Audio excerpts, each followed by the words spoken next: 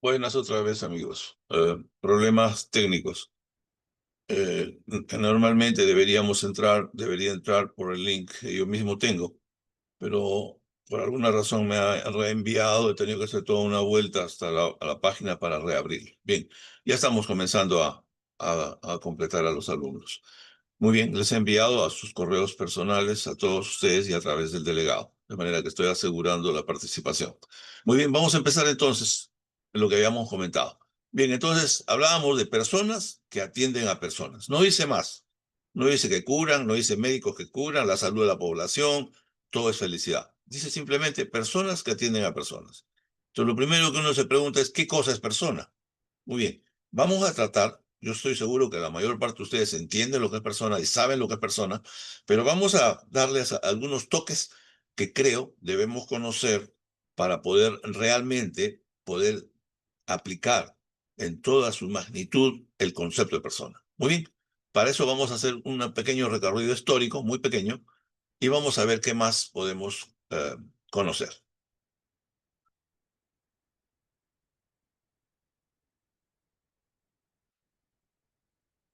Muy bien, entonces empezamos con persona humana. Perfecto. Muy bien.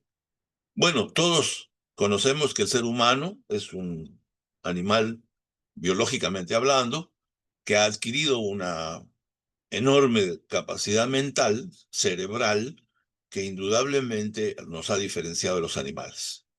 Por lo tanto, quizás una conclusión válida sería que el hombre es un proceso evolutivo, ¿no? Eso yo creo que nadie lo duda ya ahora.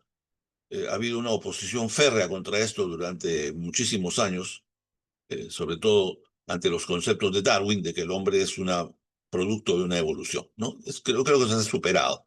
Somos la evolución que en la vida biológica de los seres vivos ha permitido llegar al máximo nivel, por lo menos en este tiempo, y que es tangible y aceptable y se puede reconocer.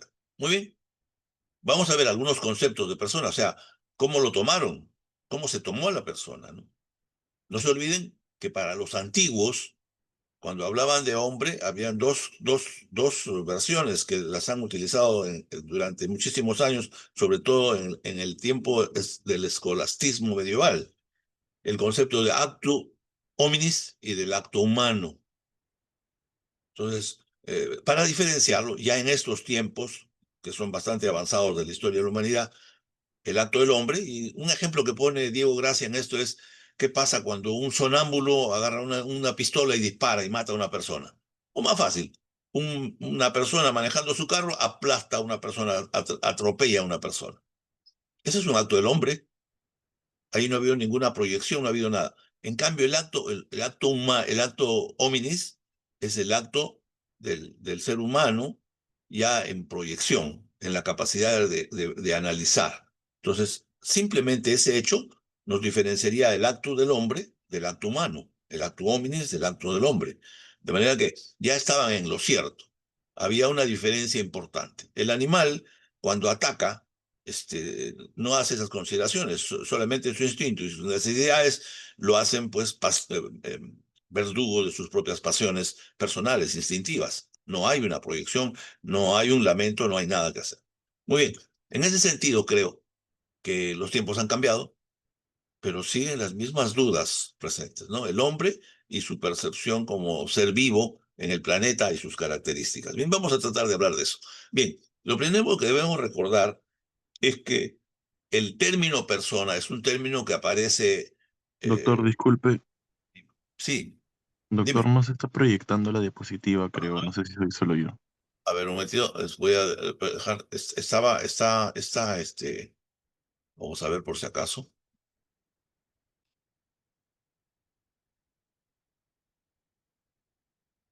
Ahora, Ahora sí, doctor, gracias. ya, correcto, parece que ha habido un... Muy bien, entonces, ese concepto de persona quizás las otras láminas que me interesaban, ¿no? Los conceptos actus hominis y acto del hombre, que son dos conceptos escolásticos que solamente tratan de interpretar esa dualidad. El acto del hombre como un acto de proyección, de pensamiento y de futuro. El animal, por ende, el único animal que tiene futuro es el hombre. Los otros animales no tienen esa percepción de futuro. O sea, por sus vectores mentales, por su capacidad mental, no puede proyectarse los animales. Nosotros sí, a futuros determinados, definidos, ¿no? Mucho más complejos que el futuro, entre comillas, del animal. Por lo tanto, el acto del hombre y el acto hominis, la diferencia está en que hay una diferencia de proyección. Entonces, no todos los actos podrían ser en ese sentido de la misma raigambre, no podrían ser, de manera que tenemos que tomar eso en cuenta. Bueno, uh, ya en los tiempos supermodernos podríamos hablar de que esto no estaba dirigido a esos conceptos, de manera que no lo vamos a tomar. Disculpen un momentito, vamos a apagar esto. Ahora que necesitábamos.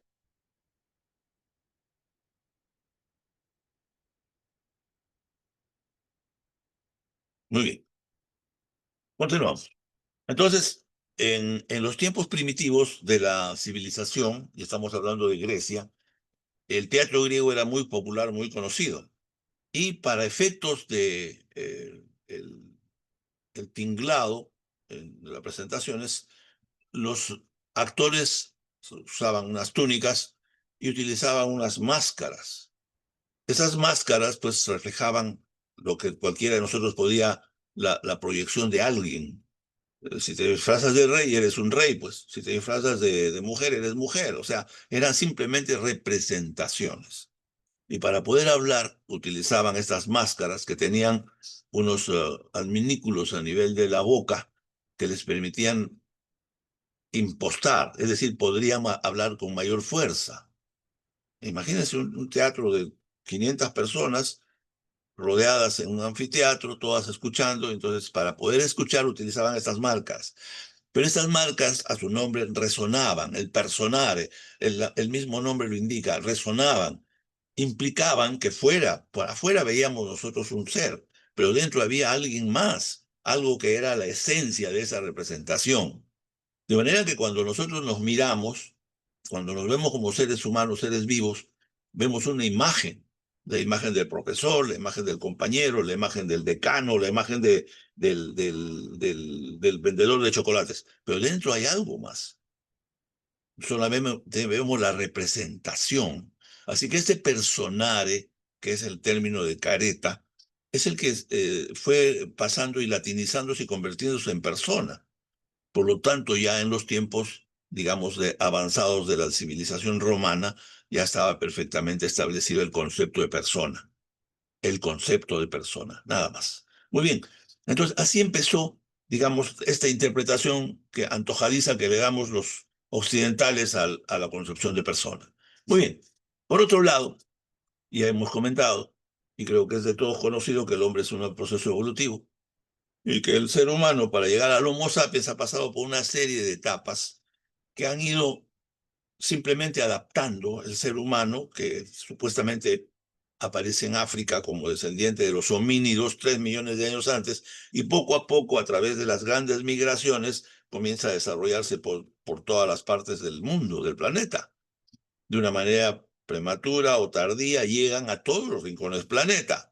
Seguramente mesnadas de personas fueron migrando en cantidades importantes a todos los lugares que se han conocido, pero aparecieron primero como rezagos de variaciones de la especie hacia a nuevas especies. Por lo tanto, hay varios tipos de seres humanos, homínidos, que se van convirtiendo en seres humanos. Y los que más reconocemos y que se han visto con mucha frecuencia y son los que predominaron, por lo menos en Europa, fueron los relacionados con el Homo sapiens sapiens y también los neandertales, pero que otros homínidos que se convirtieron en seres humanos tuvieron que perecer por cuestiones de supervivencia. Probablemente el más avanzado en tecnología, por lo menos en desarrollo mental, para poder soportar las inclemencias de la temperatura, de las consideraciones alimenticias o la adaptación a lo, desaparecieron. Solamente quedó el ser humano. Pero quedó el ser humano como el eslabón se perdió, ¿no? La famosa Lucy en África y todos los que nos han precedido, una serie de elementos que se han desarrollado. Lo cierto es que, para hacerla corta, el primate se convirtió en homínido, el homínido se convirtió en hombre y el hombre en Homo sapiens sapiens y el neandertal, de los cuales solo supervive nosotros, que somos Homo sapiens sapiens. Y todos somos de la misma especie. Las razas solamente son adaptaciones que no tienen nada que hacer con nuevas especies. El blanco, el negro, el indio, el chino, el oriental, el jaivanés, todos somos descendientes del Homo sapiens sapiens. De manera que somos de la misma especie. No creo que haya dudas en ese sentido. Bien. Por otro lado, recuerdo mucho que cuando estudiamos medicina, hace muchísimos años, había siempre un adagio que decía, ¿no? Que la ontogenia copia la filogenia. ¿Qué querían decir? La filogenia es el desarrollo de las especies y la ontogenia es el desarrollo del ser humano, del ser, de la unidad humana, que es el ser humano. Y ambos tienen ese paralelo. En ambos hay un proceso del hombre de racionalización mediante su sistema nervioso y en el feto también. De los esbozos del embrión se va formando un sistema nervioso que va desarrollándose y que al término del embarazo, al final en el parto, ya aparece un ser humano con todas las capacidades listas para ser aplicadas, ¿no? Desde el primer suspiro, el niño ya comienza a tener una relación igual que de los animales, pero se va diferenciando, ¿no? A los 2 años ese niño ya tiene el cerebro totalmente desarrollado, con una evolución mucho mayor que cualquier ser vivo que no sea el hombre en la fase terráquea. De manera que este concepto es importante para simplemente para nosotros en la clase, para determinar en qué momento el animal se convierte en persona o en hombre, en qué momento su razonamiento lo convierte en un ser diferente. No, no me estoy alejando mucho del animal. Sin embargo, mantengo esa relación, pero relación precaria que en este momento se establece cuando el cerebro comienza a pesar. Cuando comenzamos a tener pasado, presente y futuro, el ser humano comienza a ganar la categoría de un ser humano evolucionado. Yo creo que hasta ahí todos estamos de acuerdo. Y en el ser humano es igual en el embarazo. En el embarazo, el cerebro podría atrofiarse y nace un niño con deficiencias intelectuales. ¿Por qué? Porque no se ha desarrollado su cerebro en la forma adecuada que suponemos que debería haber pasado. Muy bien. En este sentido, entonces, quisiera que mantengamos estos conceptos: persona, personare, concepto evolutivo y el concepto de privilegio del pensamiento que permite vectores de pasado, presente y futuro, que es único, por lo menos notorio, en la especie humana. Bien,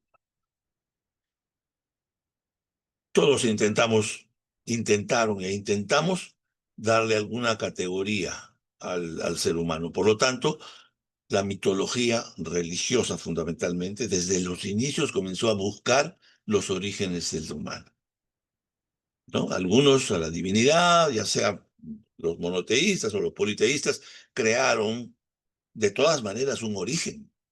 Cualquiera de las religiones que hemos tenido siempre ha habido un origen. Y esto tanto en las religiones panteístas, monoteístas o politeístas, siempre ha habido un origen. Para los incas era el Inti, por decir una idea, ¿no? El dios Sol, lo máximo. Para los egipcios era pues Amon-Ra, qué sé yo, Osiris, el Sol. Había alguien máximo. En la incertidumbre humana existía todo eso. Y en la propia religión cristiana hay la creación de un dios invisible, que por lo menos único, que daba la luz para el desarrollo de las sociedades que ellos consideraban parte de su desarrollo, de sus raíces, ¿no? Y así, todas las religiones y casi todos los grupos humanos han remontado a seres mitológicos, fundamentalmente grandilocuentes, ¿no? Como el sol, qué sé yo, el universo, las cosas tan amplias, ¿no? Hasta el panteísmo del famoso Spinoza, de Baruch Spinoza, el universo.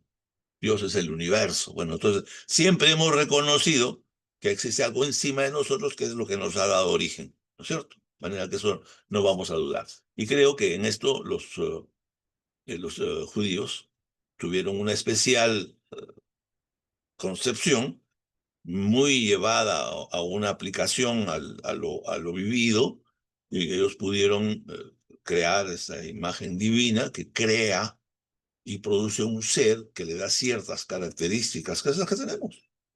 Una de las más importantes, que la reconocemos hasta ahora, incluso en las ideologías modernas, es la capacidad del famoso libre albedrío, que sería la capacidad de elegir, que es la autonomía moderna, de manera que no hay ninguna novedad. Igualmente, la necesidad de que los seres humanos somos un solo origen, una sola raíz, somos una sola unidad, ¿no? Esto que no ha sido, fue desconocido durante siglos, actualmente es la base de todo este proceso. De manera que todas estas cosas nos están llevando a una situación que, digamos, no tiene precedente y que de alguna manera creo que debemos tomar en cuenta.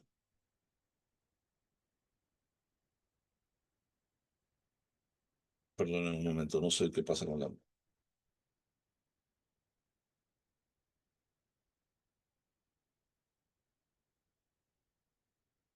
Muy bien. Por último, hablamos de esta, por lo menos en los judíos, esta concepción de abstracción de espíritu y alma es sumamente importante, ¿no? Porque es una de las pocas que discrimina de una manera categórica cuál es la capacidad que le daban a esta relación con la divinidad, ¿no?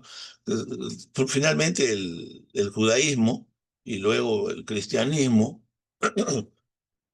que fueron interceptados por el pensamiento griego, fueron los que generaron este concepto que no es muy común en las demás religiones, por lo menos judeo-cristianas. Pero hay un mordiente griego muy importante que lo vamos a ver. Muy bien.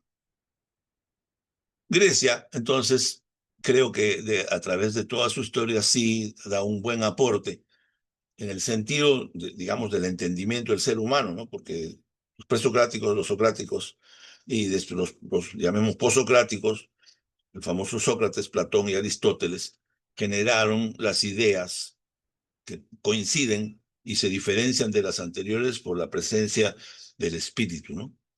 Como que la existencia de algo dentro de las personas era lo que le daba esa dualidad inseparable e irrenunciable, que era el pensamiento. El pensamiento le daba a ellos la capacidad y les hizo entender que probablemente eso era la clave de la supervivencia, de la vivencia humana. De manera que con los conceptos platónicos se nutrieron las ideas de que el ser era un hombre de ideas y que las ideas no podían ser pues fruto de algo, sino de un gran eh, elemento que constituía el alma. Entonces, para ellos el concepto de idea, de alma, se hizo muy grande y le llamaron el espíritu, porque incluso el espíritu, el espirat, esa palabra griega tan importante que es lo vacuo, cuando uno muere, del espíritu se iba, pero el espíritu estaba ahí. Por lo menos así lo planteó Sócrates y Platón. Platón lo dijo con mucho mayor fuerza y lo dice en todos sus escritos. Y le dio un mundo de ideas que Aristóteles lo convirtió ya en una racionalidad y en una categoría mayor que generó a través de la historia el concepto moderno de lo que es un ser humano. Un hombre con capacidad de racionar, de racionalizar. La razón le permitió entonces al hombre tener esa idea. Yo creo que todos estamos de acuerdo en eso. Ya este ser natural, dotado de razón, ya era una excepción. Y yo lo entiendo a Aristóteles cuál era su posición frente a este mundo eh, rodeado de animales, ¿no? Tenía cuantos animales que podían observar sus conductas, su forma de ser, su espíritu y sus similitudes con los seres humanos, ¿no? Dos ojos, nariz, respiración, circulación, sangre. ¿En qué no nos diferenciamos de los animales? la forma somática, ¿no? Pero también había diferencias entre los seres humanos, ¿no? Los negros, los blancos, qué sé yo, los que vivían en esa época. Habían algunas diferencias que ellos podían observar, ¿no? Claro, no eran tan marcadas, pero eran diferencias. Entonces podían ellos lucurar lo que quisieran. Lo que sí pasó entonces es que Platón, con su mundo de las ideas y el famoso mito de la caverna, ya hizo algo que era concreto, que podía entenderse o que podía interpretarse. Y Aristóteles ya lo relacionó con temas mucho más complejos y permitieron pues que existiera una versión humana de cuerpo y espíritu. Miren, y eso le sirvió a los cristianos para generar sus conceptos que mezclaron con la religión judía, que no tenía nada que hacer con eso, pero le dieron esas características y lo hicieron funcional. Bien, otro elemento importante en el concepto de persona, que hasta ahora no está muy bien definido, hablamos de un ser, de espíritu y cuerpo, pero eso no tenía mucho que ver con persona, ¿no? Personal, bueno, quería decir que más o menos nos daba a entender que había algo que relacionaba con la capacidad del ser humano de relacionarse, pero no daba más. En cambio, los romanos, que eran mucho más organizados, mucho más ordenados y que basados en la cultura griega, aportaron muchísimo, crearon el término de la civilización. Si bien la República de Platón ya había establecido unas jerarquías que establecían que los seres humanos tendríamos que tener una organización básica, los romanos le hicieron patente y ellos establecieron pues las clases sociales y dentro de las clases sociales crearon para los ciudadanos este concepto de persona llevado al ámbito político, al ámbito de la civil. Entonces ellos crearon ya el concepto de persona, pero incluso dentro de ellos había ciertas diferenciaciones. Pero ya con ellos se puede decir que para los siguientes siglos el concepto de persona estaba más o menos establecido. Ya no era simplemente un ser vivo, no era un animal pensante, sino era alguien que además había adquirido por una situación de ser humano, y aunque no estuvo totalmente aplicado a todos, pero los romanos ya establecieron la ciudadanía romana. Y esto era un nivel como hoy día una persona. El civitas romano tenía las capacidades para tener derechos. Y los seres humanos actualmente que tenemos derechos. Sin derechos no seríamos nada. De manera que los derechos que nos han establecido este proceso de personificación del ser humano ya cobra cierta vigencia a partir de los romanos.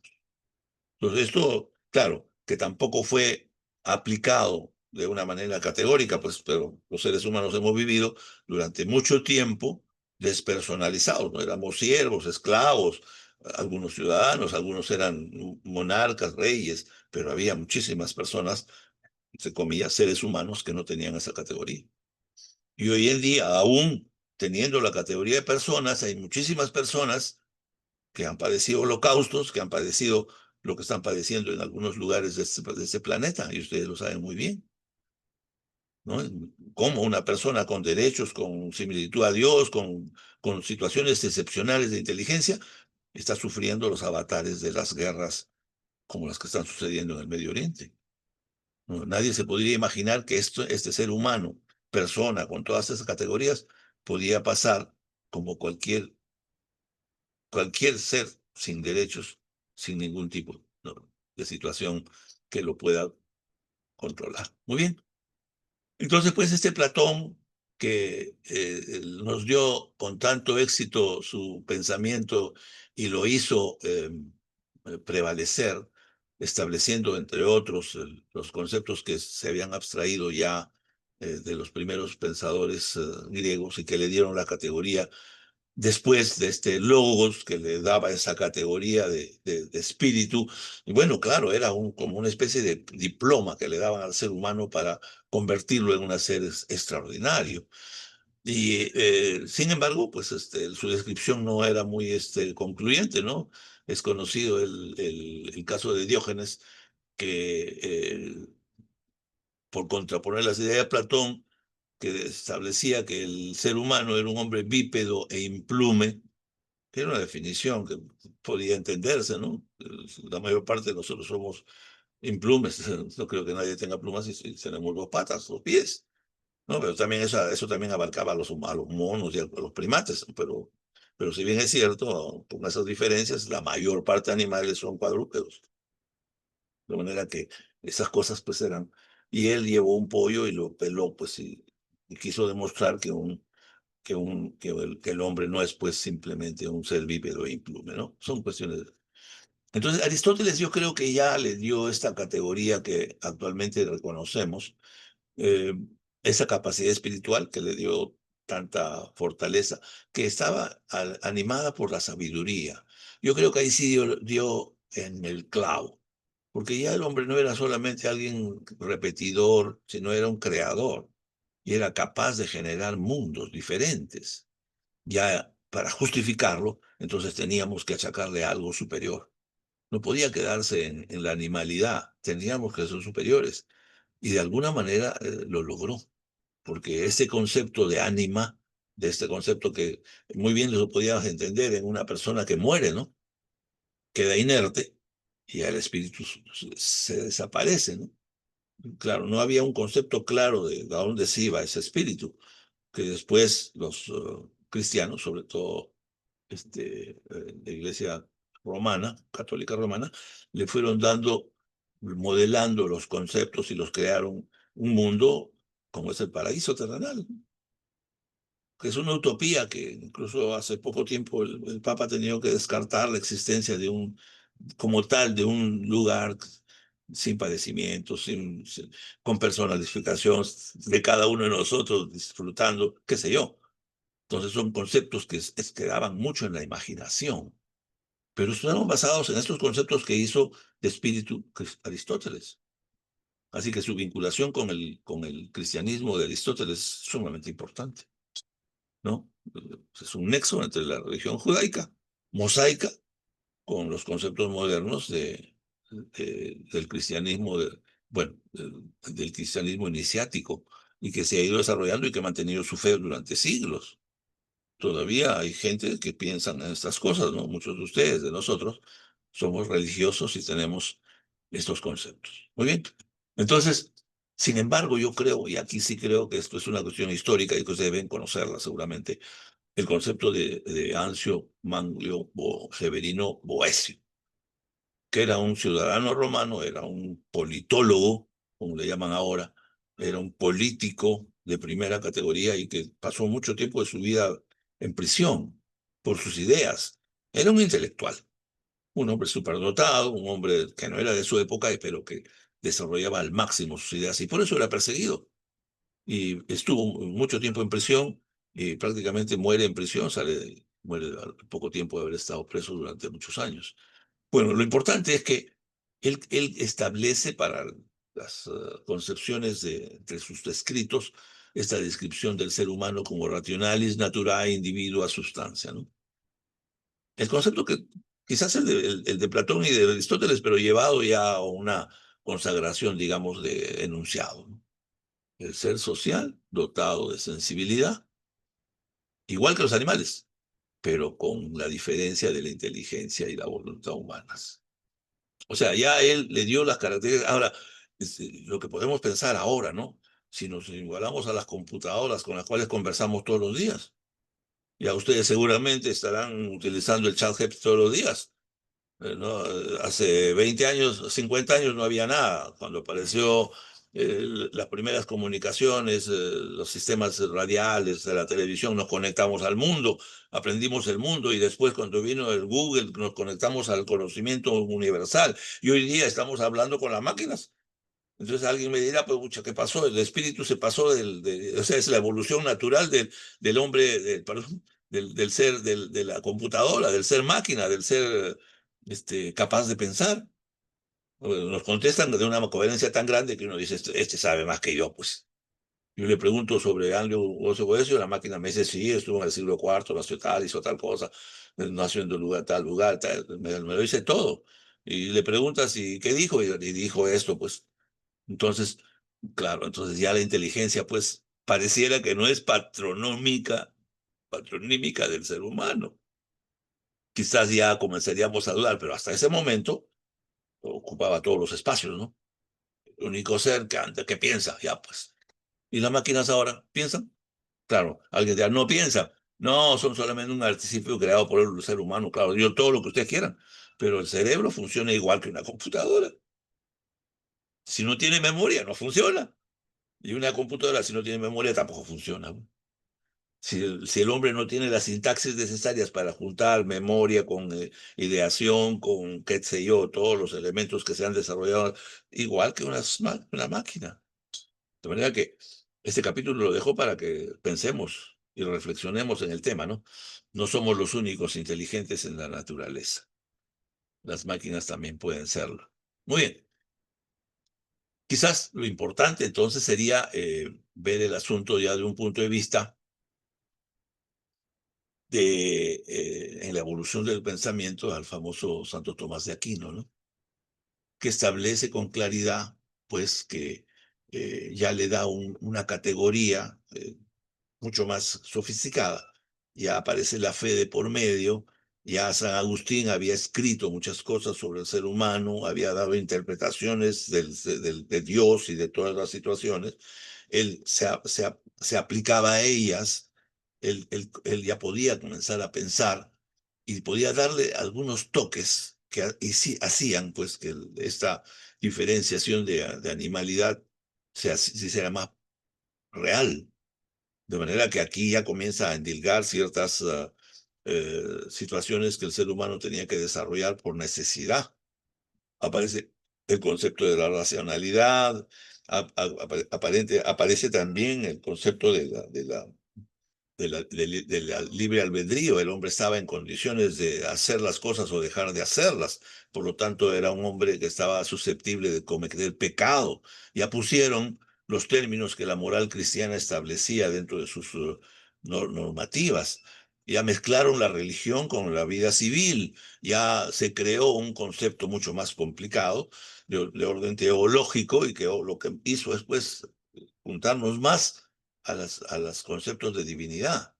De manera que el ser humano, yo creo que en esta etapa del desarrollo de persona, tenemos ya un ser humano con ínfulas y responsabilidades directas con un juez supremo que nos cuida a cada uno de los seres de esta enorme cantidad de personas que habitaban en el planeta. De manera que se mantienen algunos rasgos importantes de la filosofía platónico-aristotélica, pero le da sus toques indudablemente orientados fundamentalmente a universalizar las ideas que tenía él, ¿no? Santo Tomás es uno de los teólogos cristianos que tuvo una mayor influencia que cualquier otro en la extensión de los pensamientos judeocristianos al mundo. Y fue la que generó, en cierta forma, primero las guerras de religión en Europa y después las grandes cruzadas contra el Islam. De manera que no todas las ideas, buenas o malas, pues llegan a buen puerto, ¿no? Eso hay que tomarlo en cuenta. Muy bien. De manera que con esto pues ya tenemos una idea un poco más clara de este proceso. Muy bien.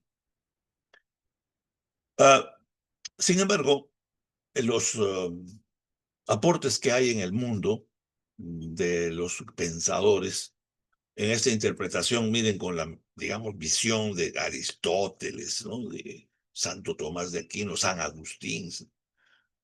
Después vienen otros más, incluyendo Descartes, incluyendo Kant. Todos ellos la disyuntiva de ser o no ser divinos, ¿no? Como parte de su desarrollo espiritual, de sus capacidades y potenciales. Pero Kant es quizás siendo un solo hombre, ¿no? Un solo pensador, no es una corriente de pensamiento, ni es una playa de intelectuales, es un hombre casi común y corriente con una gran capacidad de razonamiento que establece clarísimamente algunos elementos fundamentales en el concepto moderno de lo que es un ser humano, en el concepto de persona. El concepto de fin en sí mismo es de Kant. El hombre no es un medio, es un fin. O sea, le daba esa categoría. O sea, era un derecho inalienable del ser humano.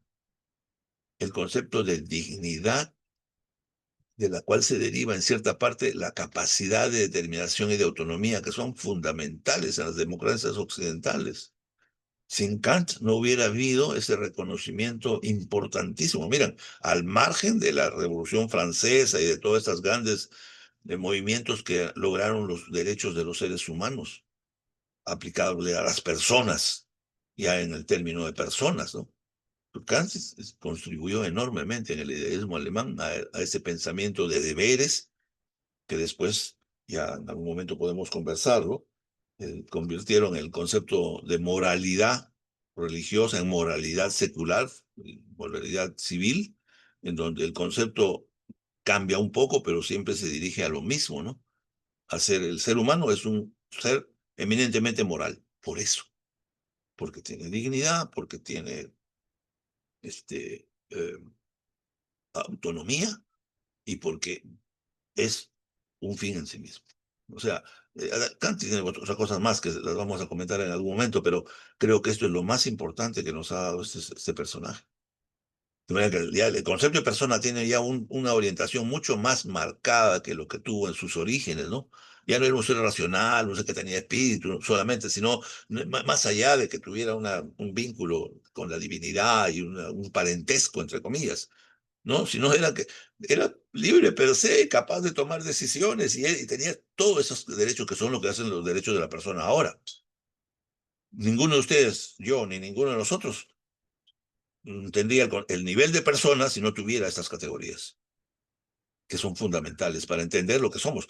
Y cuando ustedes tienen pacientes, lo que están viendo es eso, un ser con dignidad, un ser con autonomía, ahí viene el consentimiento informado, un ser con capacidad para que un fin en sí mismo.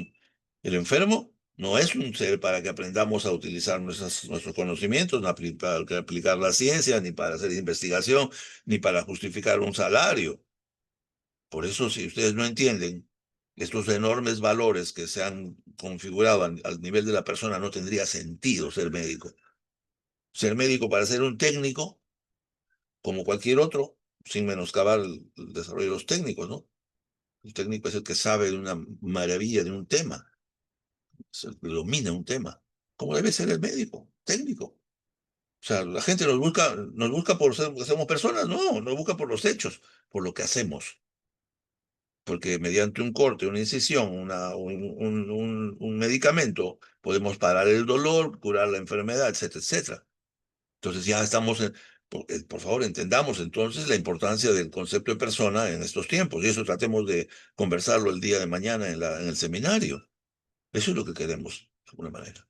Muy bien, de manera que con estos elementos ya podemos entrar pues a elementos más complejos, ¿no? Miren, y casi todo sigue la misma secuencia, van los adornos, ¿no?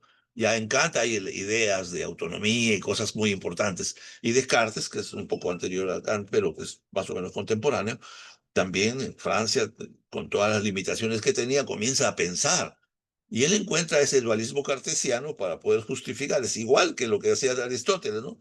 Él hablaba del cogito ergo sum, ¿no?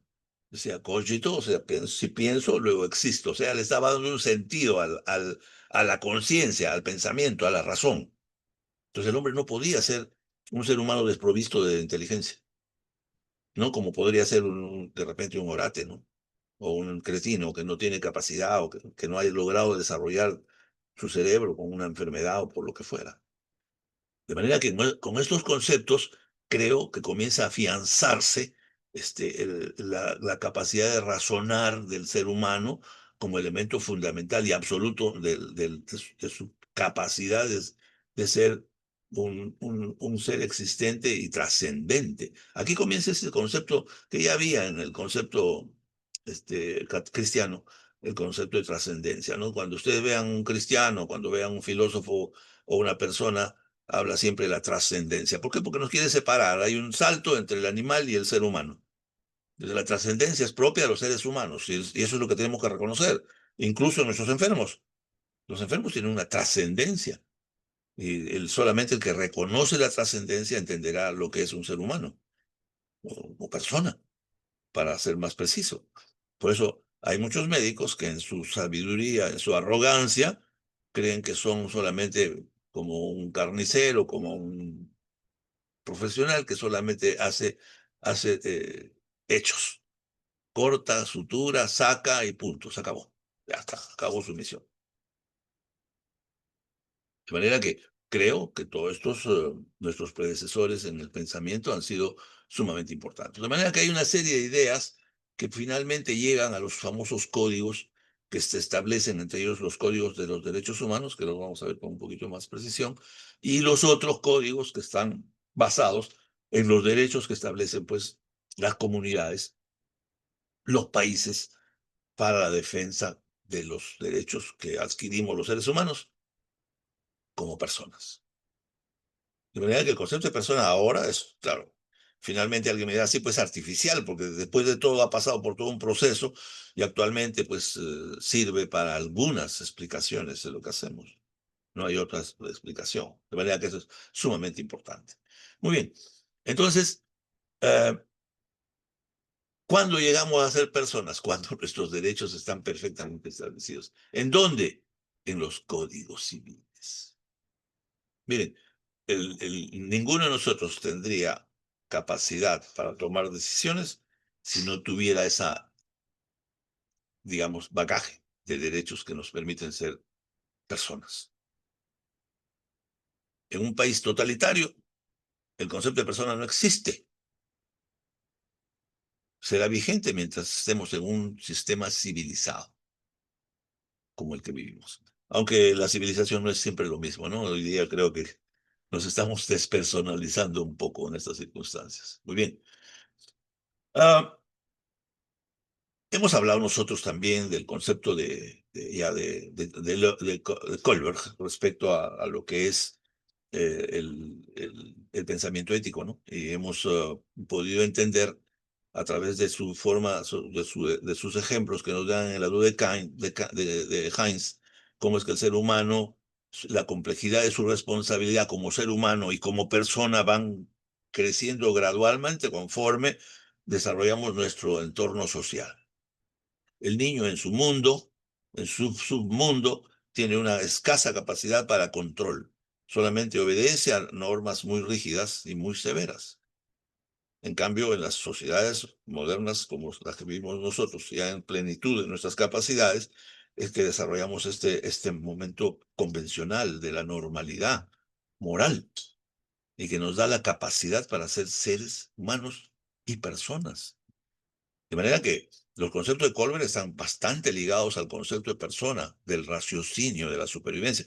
Y él termina pues con en esa postura del nivel postconvencional al cual llegamos filosóficamente las personas que pretendemos ir más allá de las propias normas, adaptarnos más a los derechos de las demás personas, ¿no? Porque las normas nos limitan a un contexto, pero fuera de él, por encima de nuestras normas, hay otras situaciones que el hombre podría considerar de trascendencia. Miren, estoy usando ya adecuadamente la palabra trascendencia, ¿no? De manera que este personaje pues, nos ha hecho pensar que la moral, que es parte de la persona humana, es un elemento que se procesa en una sociedad para lograr los objetivos que se plantean, que son fundamentalmente el reconocimiento de las personas, el derecho de las personas, una vida en comunidad, etcétera, etcétera. Cuando el hombre logra sus objetivos fundamentales. Muy bien. Entonces, en ese sentido, creo que todos estamos de acuerdo, no nos vamos a ir muy lejos. Y él, en esta lámina nos puede mostrar los subgrupos en los cuales su pensamiento ha ido. Y vale la pena que ustedes lo recuerden porque precisa, en cierta forma, cómo el ser humano, para llegar a la persona, pasa por este proceso que implica desde la base de las costumbres y poco a poco se va definiendo respecto a lo que habíamos visto en esa lámina, recuerden, de la primera clase, costumbres, valores, principios, leyes, normas. Entonces, en esas dos pirámides que se sobreponen, las dos alcanzan el objetivo que plantea el ser humano como persona en este siglo, en este momento. Muy bien. Entonces, creo que esas dos cosas son importantes. El otro concepto que es revolucionario, pero que siempre ha existido, que es el concepto de conciencia, cogito ergo sum. Solamente un ser humano inteligente, con la capacidad de pensar y de hacer proyecciones, es obligadamente un ser moral. De manera que todos nosotros, para llegar al nivel en que estamos y tener la clara conciencia, que se puede perder, ¿no? Miren todos estos sicarios que pierden la capacidad moral de tomar decisiones inadecuadas, ¿no? Imagínense matar a una persona, acabar con una vida sin ningún tipo de remordimiento. Eso es una locura moral, como dice Diego Gracia, ¿no? Entonces son personalidades anormales, ¿no? Personalidades que pueden sufrir, que pueden, digamos, gozar frente al dolor humano, ¿no? Esto es una cosa muy importante. Bien, lo importante entonces es que cogito ergo sum, pienso luego existo, en los conceptos modernos de un filósofo muy importante de español, Adorno, que establece, entre otras, como elemento central la capacidad del hombre de ser dueño y ser responsable de sus actos. Y eso se llama conciencia. Entonces, esa conciencia que nosotros lo vimos desde el punto de vista neurológico como la capacidad de poder reconocernos, la vigilia nos da conciencia. Si tomamos una droga, si tomamos una bebida espirituosa o estamos anestesiados, perdemos esa conciencia. Está ahí la conciencia, pero la perdemos, la desubicamos.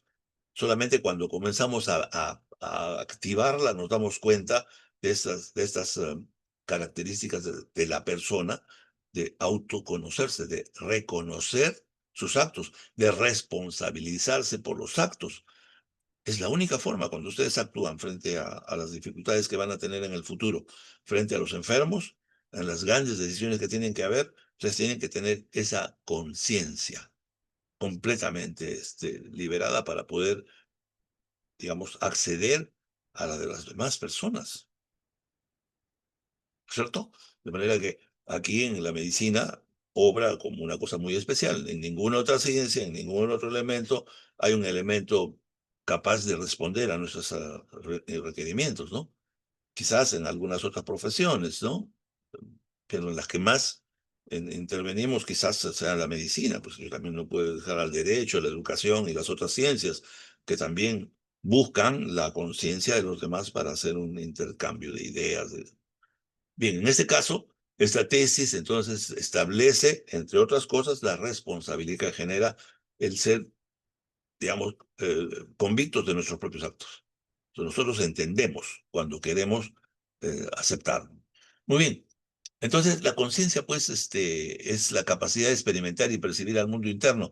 Pero en los últimos tiempos, las neurociencias han desarrollado enormemente. Yo creo que quizás para ustedes el futuro mediato o inmediato va a ser la comprensión de la plasticidad cerebral y las neurociencias. Yo estoy seguro que esta imposibilidad que hemos tenido los seres humanos de estos 2000 primeros años han sido por esa limitación de la capacidad del sistema nervioso para poder desarrollarse en plenitud a un mundo más amplio, ¿no? Nosotros aprendemos, llegamos, conocemos, y llegamos hasta el máximo y tenemos un límite, ¿no? Salvo Einstein o Freud o que otros personajes, Rousseau, qué sé yo, todos que tuvieron una capacidad mayor que la nuestra. Hay que reconocerlo, pues, ¿no?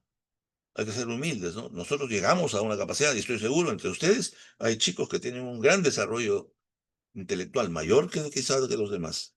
A nosotros nos tenemos que hacer mucho esfuerzo para estar al mismo nivel. Entonces, en el concepto de persona es fundamental, entonces, estas cualidades no exploradas del sistema nervioso que va a ser seguramente en el futuro un elemento sumamente importante. De manera que esta tesis nos lleva al mismo lugar. Es el cerebro humano el que tiene esa capacidad de poder adquirir esta autoconciencia, de poder desarrollar los elementos que son inherentes a su capacidad para poder proyectarse. El doctor Diego Gracias, su inventor más grande, dice eso, ¿no? El ser humano es el único, los animales también. Cuando un animal corre detrás de otro animal, tiene una conciencia perfecta de lo que va a ser en su futuro inmediato, pero no más allá. En cambio, el ser humano se proyecta al futuro.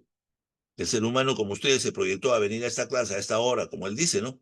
Y estar todos juntos, ¿por qué? Porque se proyectaron, porque son los únicos. Los animales no tienen horario. Quizás puedan responder a ciertos circuitos ya habilitados por el propio ser humano o por la costumbre de hacer lo mismo de siempre, ¿no? Y algunas cosas que a veces nos sorprenden de que los tengan los animales en estas cosas. Muy bien. Entonces, en ese sentido, creo que, hablando de todo esto que hemos conversado, podemos ir un poco más allá a situaciones que probablemente también son discutibles, pero que nos han llevado hasta el máximo pináculo del desarrollo del ser humano en la naturaleza. Sin embargo, hay algunos escritores como este famoso Tristan Engelhardt, es un norteamericano que ha trabajado mucho, psicólogo, también ha trabajado en biótica, pero él reconoce la autoconciencia, reconoce las responsabilidades, pero también él le pone un límite que me parece interesante, porque es verdad, si dijéramos que todos somos personas, un muerto es una persona. Ahora que vean la película esa que les he llevado, discutamos en la clase, para saber si pues un muerto viene a ser persona, pero la persona fue hasta que está viva. El hombre mientras esté vigil, es persona, pero si entra en coma, ya sea temporal o final, pierde esa capacidad y pierde el concepto, ¿no? Y él dice eso, ¿no? Pues es que no todos somos personas todo el tiempo. No, mientras estemos vigiles, somos personas. Lo que es más, algunas personas, algunos seres humanos, durante su desarrollo, tienen menos inteligencia que un chimpancé. Y es verdad, ¿no? Un niño pequeño, de 1 año, no tiene la capacidad que tiene una mascota, ¿no? Una mascota desde los 3 meses ya tiene una capacidad la misma que tiene cuando muere. Es capaz de hacer muchas cosas. En el ser humano tiene que demorar mucho para que su sistema nervioso llegue a ese nivel. Eso habría que ver por qué se diseñó así el ser humano, ¿no? Seguramente tiene mucho que ver con el desarrollo del sistema nervioso, ¿no? Bien. Entonces, Engelhardt dice, pues no es así. Miren, estamos pasando de un extremo, ¿no? Hemos llegado hasta ponernos al lado de Dios, a imagen se llama, y estamos regresando. Y nos están quitando en algún sentido el concepto de persona, de manera que esto hay que tomarlo en cuenta y eso me parece muy importante. Y no solamente él, sino hay otros autores que han establecido estas cosas en el mismo sentido. Sin embargo, filósofos de la talla de Habermas, por ejemplo, que añaden un concepto que es muy importante, que es la teoría del discurso, y que tiene que ver con todos estos conceptos que llevan al ser humano para él, la capacidad de la comunicación. Y por ello, él considera que el ser humano es un ser eminentemente discursivo, capaz de desarrollarse y tener condiciones que hacen que su relación con el resto de personas justifique su presencia. Y es muy importante, miren, Habermas todavía vivo y es un hombre muy mayor, pero su teoría ha sido una teoría, miren, con todo ese pensamiento muy diferente a todo lo que hemos hablado de persona, ¿no? Es como si hubiera limpiado todos estos conceptos y hubiera puesto otros, diferentes, ¿no? Ya no habla de conciencia, no habla de eso, no, él va de frente. Bueno, la racionalidad no la puedes perder. Tampoco la dignidad con la cual debemos autoconsiderarnos, ¿no? Que es que lo único que permite que los seres humanos no desaparezcamos por la mano de otro, ¿no? Como lo que está pasando en Israel, ¿no? Cientos de seres humanos están siendo arrasados por una política que indudablemente no es la más práctica. Y entonces con esto, esta relación discursiva que hace que los actos morales sean solamente justificables por esa capacidad del hombre de tomar decisiones a través del consenso, es una reflexión democrática, ¿no? Y este es un hombre, es un alemán, súper vigente en la filosofía fenomenológica moderna, de manera que es todo una- un intelectual de una gran calidad.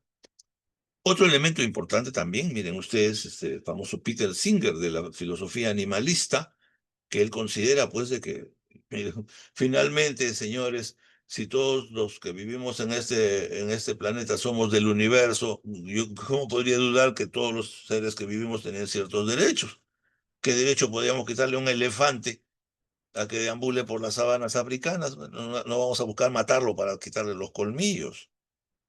Pero tampoco podemos matar a esta pobre arañita que pasaba delante de mí y lo he tenido que matar porque le tengo miedo a las arañas, pero matar un animal o matar a las cucarachas, cosa pone todos los días, hay un poco de veneno para las cucarachas, pero tienen derecho para vivir, son seres vivos. Incluso las personas que tienen discapacidad cerebral permanente, hay algunos niños Down que no tienen capacidad para, no digo todos, una pequeña proporción. Y otros seres humanos que, con esquizofrenia, con psicosis crónicas graves, no tienen capacidad de seres humanos, porque no tienen las consideraciones ni las antiguas ni las modernas, ni las del futuro. De manera que todo eso hay que tomarlo en cuenta. Miren, los médicos tenemos que ser muy sabios en entender todas estas cosas que parecen cosas aisladas, pero que son cosas fundamentales para entender al ser humano. No, no podemos actuar como robots, no podemos actuar por nuestras pasiones, no podemos actuar porque nos creemos los dueños del mundo. No, está bien, yo entiendo que el dinero, la posición social, etcétera, etcétera, nos diferencian y permiten que algunos tengamos acceso a todo y otros a nada. Pero por encima de eso está lo que nosotros los médicos tenemos que hacer como nuestra misión fundamental. Muy bien. Bueno, para esto también, no nos olvidemos ya la bioética, estamos entrando en el siglo XX y hemos hablado ya desde hace unos días, ya hemos hecho las encuestas necesarias y ya sabemos de lo que se trata, ¿no? Entonces, estamos completamente convencidos de todo este problema. Y aquí las corrientes religiosas, perdón, bioéticas, algunas impregnadas con conceptos de humanismo, entre comillas, personalista, entre comillas, porque se llaman a sí mismo, ¿no? La rama personalista. ¿Por qué? Porque consideran al ser por la ontogenia, los derechos inherentes al ser humano, hasta más allá a veces de la racionalidad, ¿no? A la protección del embrión, a la protección de los moribundos, etcétera, etcétera, incapaces de tomar decisiones utilitarias que en otras bioéticas están utilizándose, algunas justificadamente y otras no. De manera que eso lo tenemos que ver ya en el proceso del aprendizaje que tengamos hasta el fin del curso. A ver a dónde terminamos, a dónde aterrizamos con todos estos conceptos aislados que se van integrando. Y esto lo vamos a discutir en todas las clases, por favor. No vayan a pensar que esto es 10 minutos, ya pasó la clase, nos vamos a dormir y se acabó. No, hay que reflexionar sobre estos temas. De manera que eso es sumamente interesante. Muy bien. Por otro lado, entonces, ya conceptos más modernos, hablamos pues de la persona como ser humano, es fundamentalmente una unidad biológica, nosotros no lo podemos negar, que tiene una serie de vectores importantísimos, entre ellos las capacidades que nos dan la posibilidad de estar interconectados. Miren, hay una cosa interesante, no lo digo yo esto, hay una concepción, dicen, del endodermo sale el estómago, las vísceras, el corazón, todo eso. Pero del ectodermo sale la piel y el sistema nervioso. Entonces, hay muchos embriólogos que se han interesado por esa idea, ¿no? O sea, quiere decir que, la comunicación, el sistema nervioso está hecho para la comunicación. Es una habilidad externa, no interna. El ectodermo está hacia afuera. Es una cosa de relación. Eso es sumamente importante. El concepto de la famosa de dignidad intrínseca, que creo que eso me parece fundamental, no por ser de una u otra pensamiento o de otra tendencia, los seres humanos perdemos esa capacidad importantísima de reconocernos. Eso es sumamente importante. Y por último, esta relación de interdependencia, que es fundamental, la teoría discursiva de Habermas, que hace que los seres humanos seamos seres sociales, ¿no? Y también la dimensión temporal, que persiste durante todo el tiempo, pero sin embargo pueden haber etapas en las cuales el hombre que es sujeto de derechos se convierte en un objeto de derechos. Por ejemplo, un cadáver. Y esto me llama a la colación lo que comentaba un estudiante la vez pasada, doctor, ¿y por qué a los cadáveres que examinamos no le hacemos un homenaje, no lo respetamos? ¿Por qué los chicos juegan con los cadáveres? Yo no sé. Una calavera es un ser humano como cualquiera de nosotros, lo único que está inerte por las condiciones que tiene, no tiene nada, pero fue un ser humano. Nadie se podría burlar de las cenizas de nuestros progenitores que tenemos guardadas o tenemos en los cementerios, ¿no? Aunque ya es polvo, pero fueron seres humanos. Muy bien. Entonces, en ese sentido, entonces, yo para tratar de recordar un poquito y hacer algo que me pareció en algún momento interesante, era que los seres humanos tenemos estas cuatro cosas que me parece que son fundamentales para ser reconocidos como seres humanos. Primero, la capacidad de tomar decisiones.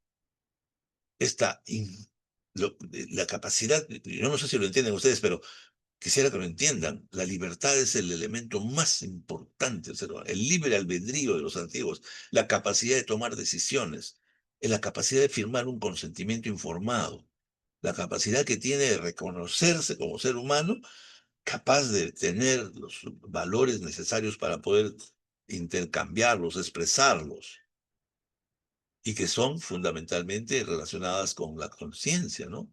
Entonces, en ese sentido, la libertad es el elemento central.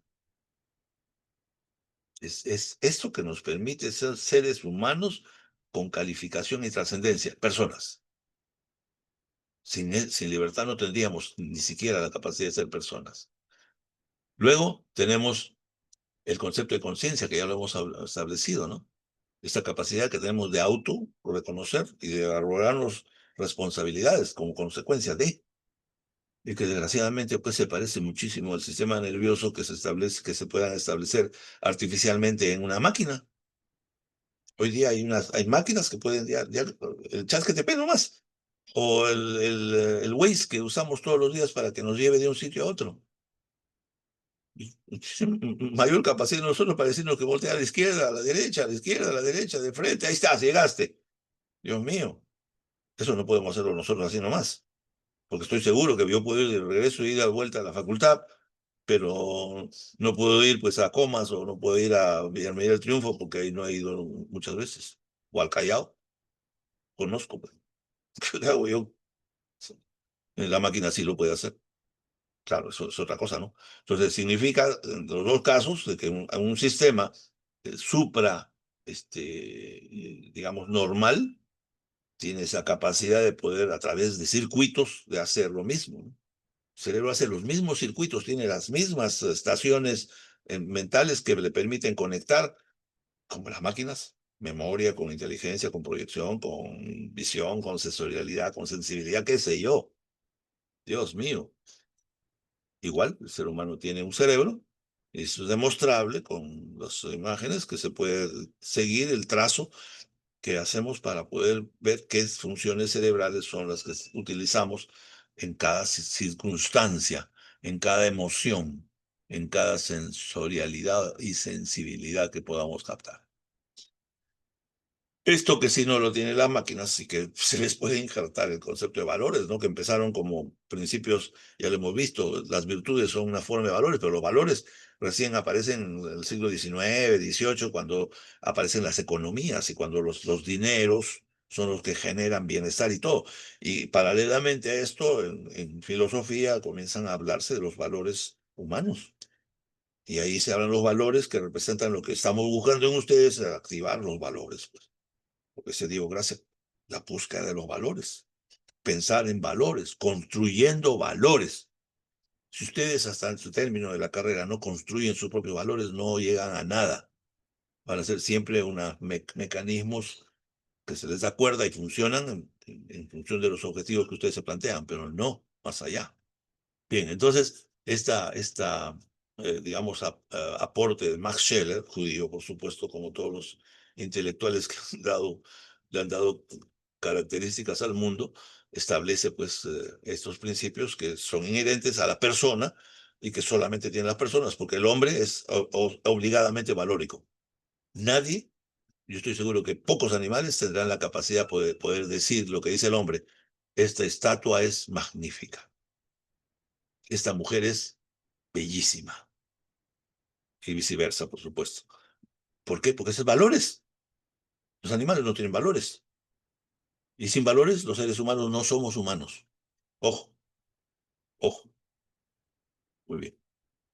Las normas, no voy a decir nada porque ya vimos la pirámide famosa, eh, Kessler, es una copia de la Kessler que muestra esta progresión de costumbres a normas. Sin normas, los seres humanos no existimos.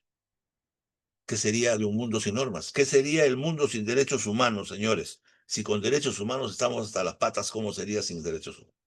¿Cómo sería si el Perú, en esta mente peregrina de unas pocas personas,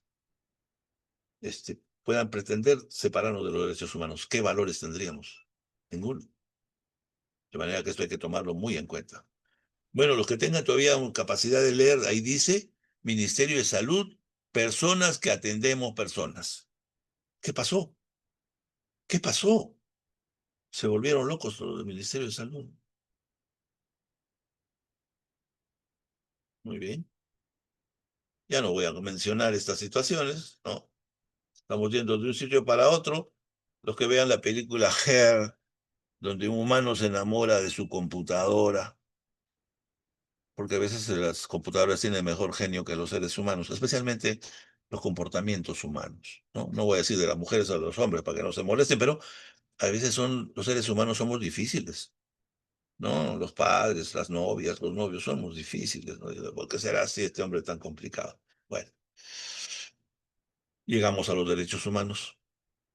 De uno u otro camino que no existían, el contrato social de Rousseau, las ideas de John Locke sobre las bases del contrato social, la Revolución Francesa de los derechos de los hombres, la Revolución Americana, el reconocimiento de los valores humanos de los derechos a la libertad, y finalmente la Gran Guerra Mundial que termina con los derechos humanos en 1948. Esta historia corta, fructífera, pero triste de los derechos humanos, ¿no? Muy bien. Y si somos médicos, somos porque hay derechos humanos, no porque seamos nosotros predestinados, ¿no? Por decir, inalienables, irreemplazables y que son la única causa que permite que seamos lo que somos. Fáciles muy fáciles de entender, no hay ningún problema para comprenderlos y utilizarlos. Derechos que nos dan, de acuerdo a Karel Bassett, es un filósofo que trabajaba en las Naciones Unidas, se dio cuenta pues que todos los derechos se habían aglomerado. Entonces dijo, hay que hacer un orden. Todos los derechos son iguales, pero vamos a darles un orden. Bueno, yo creo que hizo lo correcto, ¿no? Entonces dijo, bueno, vamos a hacer los de primera generación, los de segunda generación y tercera generación. En la primera están todos aquellos derechos inalienables que ya no necesitan reglamentar. La libertad. Sobre libertad ya no hay que decir nada, solamente la libertad. Segundo, la privacidad, intimidad, derecho a tomar decisiones, lo que sea. Esos son derechos, se llaman derechos negativos, no necesitan más explicación que aplicarlos. El segundo son los derechos, famosos derechos humanos de segunda generación, donde ahí sí hay algunos derechos que tienen que ver con la organización, la salud pública, el derecho al estudio, el derecho a todas las posibilidades que tenemos que requieren de una normativa estatal para ser aplicados. La salud, pues, es un derecho, pero está diversificado, pues hay un derecho a prevención, de promoción, hay un derecho al curativo, a rehabilitación, etc. Eso tiene que estar organizado. No aparecen así, ya todos nos vamos encima. No, no, tienen que tener una organización. Salud física y mental, a todo lo que nos permita tener una organización. Eso se llama derechos de humanos de segunda generación. Y los de tercera generación se refieren a estos, pues, que en el uso de las ciencias, la tecnología, el medio ambiente, etcétera, etcétera, todos estos elementos suplementarios que aparecen conforme la tecnología y los cambios en el mundo aparecen, que no aparecen desde el comienzo, van apareciendo y van incrementando los derechos que tenemos a hacernos. Bien, dos palabras sobre bioética. Ya hemos hablado de bioética, ya sabemos que la bioética es una ciencia aplicada, es una ética aplicada y que está orientada, según el objetivo que lo veamos, nos dirán para el manejo de la investigación, otros dirán para el manejo de los dilemas éticos en la clínica, otros dirán para los derechos que están establecidos en relación con la vida, otros dirán para la ecología. Lo importante es que tiene un enfoque que busca de una manera amplia, plural, llegar a los objetivos que nosotros creemos que tienen que hacer. Y los médicos nos hemos robado la bioética para aplicarlos en los objetivos que nosotros tenemos en nuestra profesión. Y consideramos que, entre otros, esta declaración de la UNESCO, que ustedes conocen, fue dada en el 2000, en el, en el 2005, y que tenía antecedentes en las declaraciones del genoma humano y la Convención de Asturias, que son dos elementos que precedieron al gran avance del reconocimiento de la bioética en el 2005. De manera que con estos elementos que se hicieron, y ustedes ya adivinarán que estas ideas sobre salud y todo eso que pasaron de la Organización Mundial de la Salud, de alguna manera, lo pasaron a la UNESCO, que son las Naciones Unidas para la Cultura y el Desarrollo de las Ciencias. Pasaron ahí porque estaban más seguras y porque por lo menos aseguraban, valga la redundancia, a establecerse. Y que el Convenio de Asturias, que hemos visto, ese reconocimiento en Europa de la bioética como un elemento central. Y esta tiene una vigencia que actualmente le ha dado las características a la bioética mundial.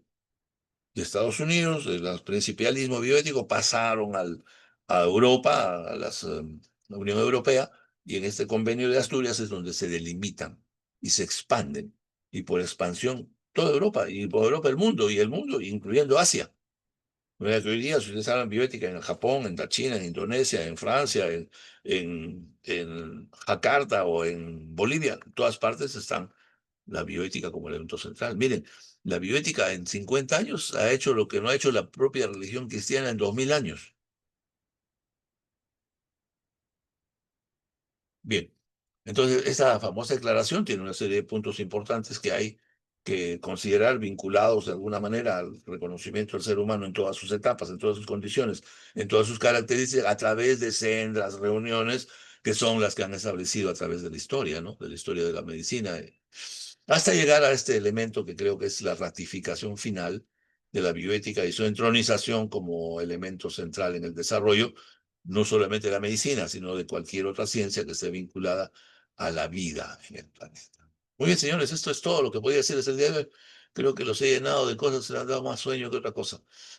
Quisiera alguna opinión, señores, si no es voluntaria, será obligatoria. A ver, señor delegado, qué ha entendido usted de la clase? Deme en pocas palabras.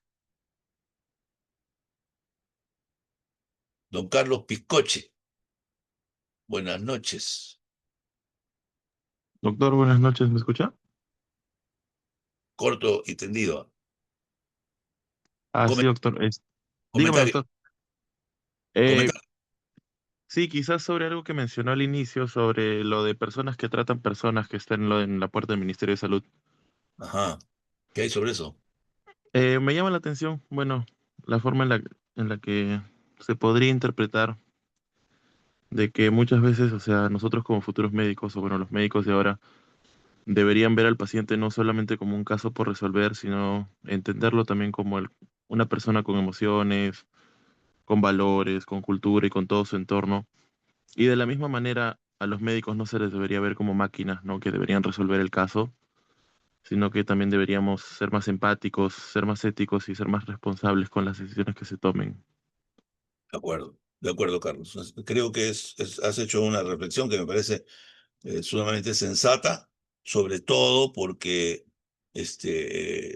nos está llegando a la humildad de considerarnos lo que somos. No, no, por favor, no, de aquí que nadie salga con que los médicos somos seres semidivinos, somos especiales. Somos seres humanos y mantengámonos así, en humildad, durante toda nuestra vida. Gracias, Carlitos. Muy bien, señores, les he pasado la atención, la fina atención para que me firmen, por favor, entren al enlace para que me respondan 5 preguntitas y con eso voy a tener la asistencia a las clases de todos ustedes. Han entrado 122 alumnos, se han ido dos, no sé por qué, pero ya los tengo. No se olviden, con 3 faltas se retiran del curso, por favor. Bien, señores, el día de mañana nos vemos. Mañana podemos arreglar algunas cosas. Miren, si hay algo que reparar, por favor, con todo gusto lo hacemos. Y si no hay nada que hacer, seguimos adelante. Muy bien, un abrazo para todos. Por favor, Tienen 10 minutos para llenar la forma y cierro el Google Forms. ¿Alguna pregunta, damas y caballeros? Muy bien, la grabación se las voy a remitir inmediatamente la tenga en la mano. Un abrazo para todos, gracias, cuídense, nos vemos mañana. Gracias, doctor. Buenas noches. Hasta luego, muchachos. Gracias, doctor. Chao, Camila. Hasta luego, doctor. Gracias. Gracias, Valeria.